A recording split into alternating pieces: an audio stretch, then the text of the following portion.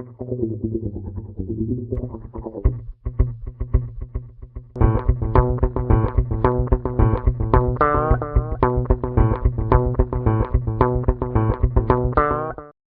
Behind with US. இன்னைக்கு release ஆகிருக்கிற புலிவால் படத்தை பற்றி பேசுறதுக்காக இந்த படத்தோட ஹீரோ பிரசன்னா நம்மளோட இருக்காரு.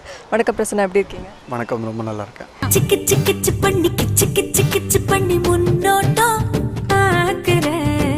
பச்சை மனசுல பெட்ரோல் ஊத்தி பத்த வைக்கும் பயணம் தானே. சொல்லுங்க, இந்த படத்தோட எக்ஸ்பீரியன்ஸ் பற்றி சொல்லுங்க.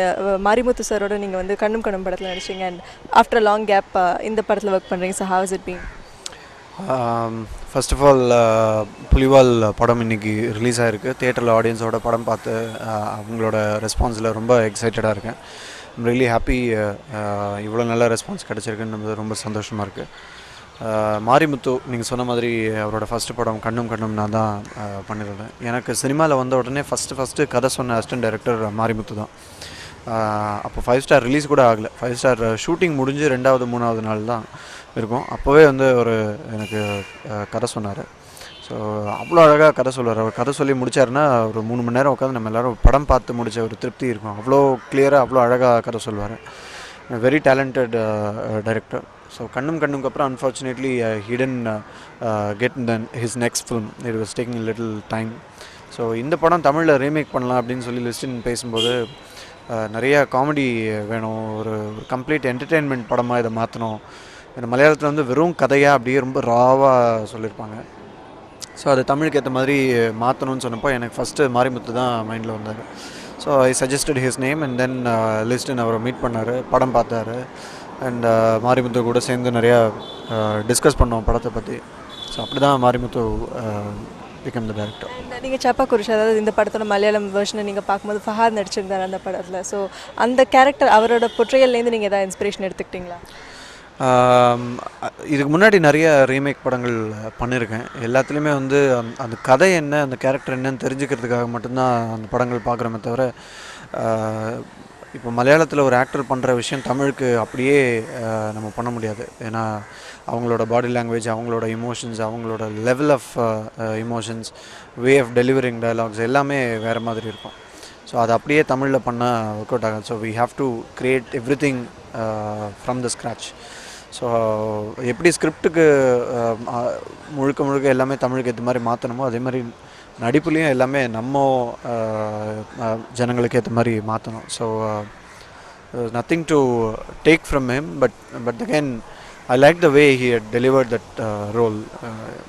Personally, புலிவாலை விட எனக்கு சாப்பா குருஷ் தான் பிடிச்சிருந்தது as a film buff. As a normal audience பார்த்தா this will be much more entertaining film than சாப்பா குருஷ். கெஸ்ட் ஹவுஸ் குறியா என்னெல்லாம் நடக்க போகுது? உங்களோட கேரக்டர் ஸ்கெட்ச் பற்றி சொல்லுங்கள். ஹீஸ் அ வெல் பிரெண்ட் என்ன சொல்ல well off guy but with a few shades of grey இல்லையா? ஸோ அதை நீங்கள் எப்படி கேரி அவுட் பண்ணீங்க அந்த கேரக்டர்? இந்த படத்தை பொறுத்த வரைக்கும் யார் வில்லன் யார் ஹீரோ அப்படின்றது ஒவ்வொரு டைமில் அப்படியே மாறிட்டே இருக்கும். ஒரு ஸ்டேஜ் வரைக்கும் விமல் ஹீரோ, நான் வில்லன் மாதிரி இருக்கும். அப்புறம் ஒரு ஸ்டேஜ்க்கு அப்புறம் அப்படியே மாறும். ஸோ அதுதான் எனக்கு இந்த படத்துல ரொம்ப இன்ட்ரெஸ்டிங்கான ஃபேக்டராக தோணுன விஷயம். And having done அஞ்சாதே முரண் நாள், அதெல்லாம் விட இதில் பெரிய நெகட்டிவ் ஷேட் இருக்கிற மாதிரி எனக்கு தோணலை. ஏன்னா இதில் வந்து ரெண்டுமே இருக்குது. எல்லா மனுஷனுக்குள்ளேயும் நல்லதும் இருக்கும் கெட்டதும் இருக்குன்ற மாதிரி இந்த கார்த்திக்குள்ளேயும் நல்லதும் இருக்குது கெட்டதும் இருக்குது. கெட்டது மட்டுமே பண்ணி பழக்கப்பட்டவன் ஒரு ஸ்டேஜில் திருந்துறான், நல்லது பண்ண ஆரம்பிக்கிறான், நல்லது பண்ணணும்னு நினைக்கிறான். அப்படின்றது தான் அந்த கேரக்டரோட டிரான்ஸ்ஃபர்மேஷன் தான் எனக்கு ரொம்ப பிடிச்சிருந்தது. என்னடா விளையாட்டு காட்டுறியா? கொன்றுவனை அவனை கொல்லணும்டா.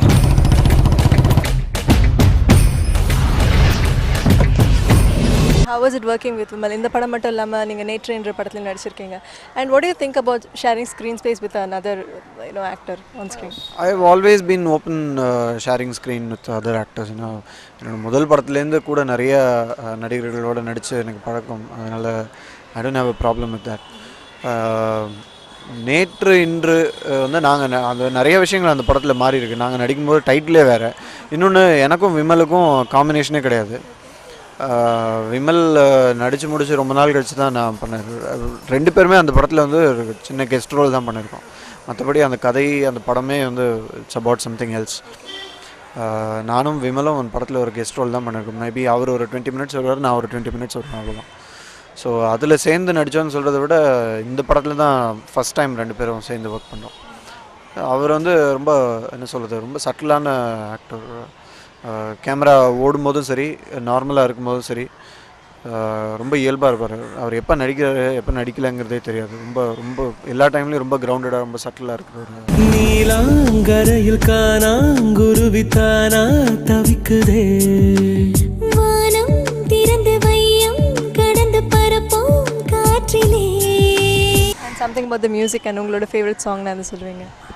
ரகுநந்தன் மியூசிக் பண்ணியிருக்காரு. சாங்ஸ் ரகுநந்தன், மியூசிக் இது ரீரெக்கார்டிங் வந்து கோபி சுந்தர் பண்ணியிருக்காரு. ரகுநந்தன் சாரோட பாடல்கள் சொன்னால் அந்த படத்தில் 2 பாட்டு ரொம்ப பெரிய ஹிட்டாக இருக்குது. நீலாங்கரையில்ன்ற பாட்டு, அப்புறம் கிச்சு கிச்சு கிச்சு பண்ணின்ற சாங். இது 2மே எனக்கு ரொம்ப பர்சனலாகவும் பிடிச்ச song. But Kichu Kichu song வந்து எனக்கு ஃபர்ஸ்ட் டைம் ஆடுறதுக்கு ஒரு பக்கா கமர்ஷியல் பாட்டாக ஆடுறதுக்கு ஒரு சான்ஸ் இருந்த ஒரு பாட்டு. So and that way it's very special for me.